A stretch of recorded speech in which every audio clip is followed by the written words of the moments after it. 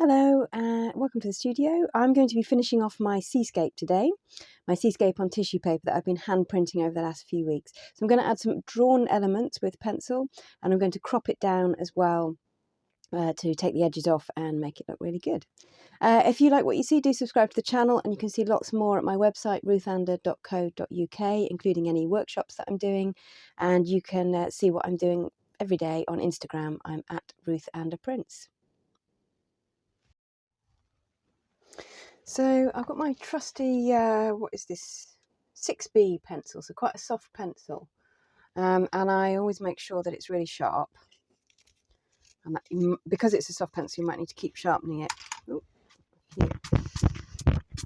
pieces there, right, and what I'm going to do is I'm just going to add in a little island here which was in the scene when I was there. So this is a seascape based on the North Somerset coast along the Bristol Channel estuary from Brean down, and it's a beautiful spot, incredible. It's like this massive beach. The sense of space is incredible, and you can see this little island in the estuary called Steepholm from there.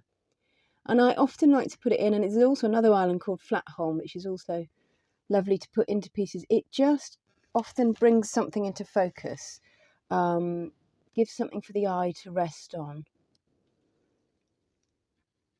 And I just want this one to be actually really quite subtle.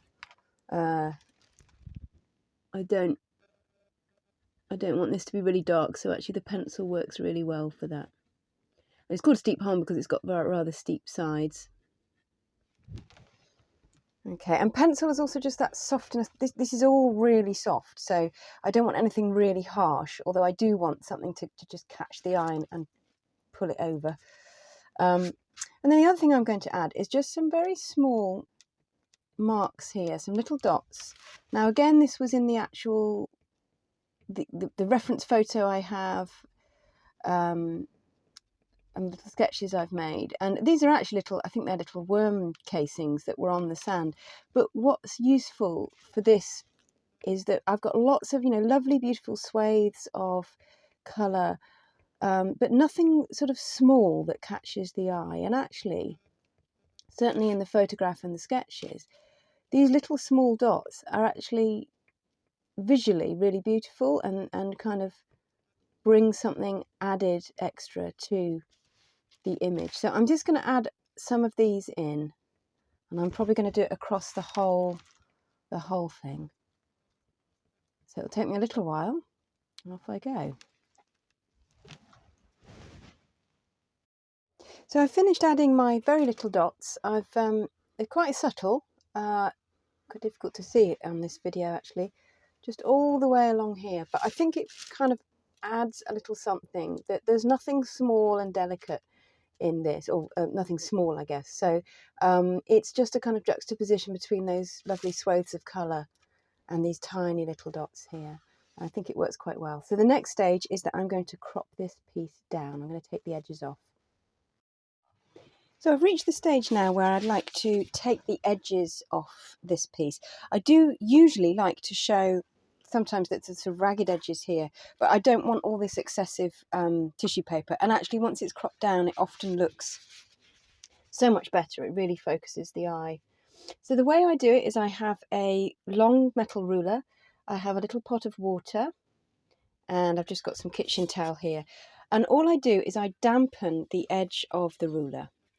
Now, the reason I do this is because tissue paper and Japanese paper and things like that can be really quite difficult to rip, which is what I want to do. I want to have a ripped edge here.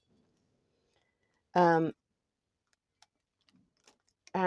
so dampening it very slightly with the ruler really helps with ripping it. Now, I tend to do this by eye. I'm just making sure that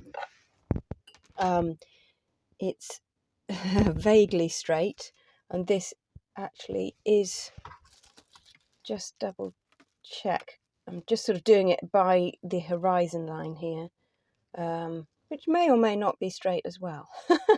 Which might not be straight here actually. I'm just going to straighten this up. Let's try that again. And you can make your own decisions about, you know, what you want to cut off, what you don't want to cut off. Because some of the marks on the edge are the nicest marks, and, you know, are really beautiful. So, and some you just won't want, or you like with this, I think my land is actually slightly bigger than my sky, and it just looks a bit odd. So I'm just taking the edge of that sort of land bit off. And then when these are mounted and mounted and framed up properly, they look absolutely amazing, especially with this ripped edge.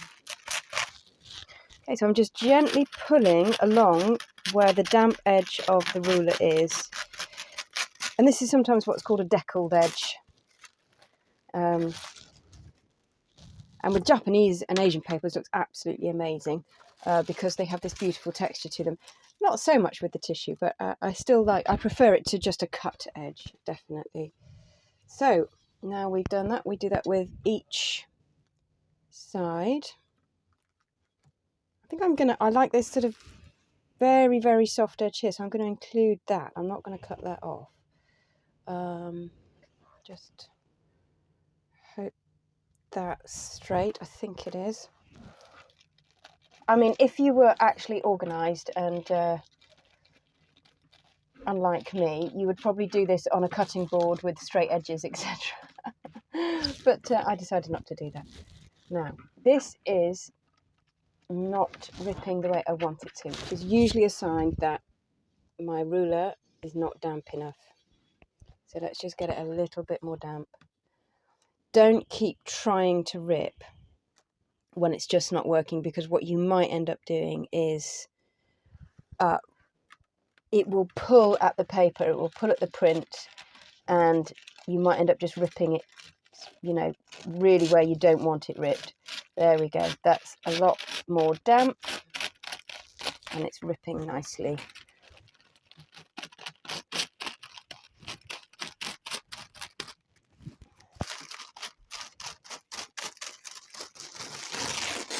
There we go. Okay. So here we are with the finished piece. Lots of layers, some drawn elements, some gestural painterly printmaking, all by hand. And the next step for me now will be to mount it up onto mount card. And what I use for that is this tape here. And it's especially for transparent art, and you can mount it up onto a piece of mount card ready for framing just by adding little areas in the corner, or you can tape the whole thing down. And there we go, all done.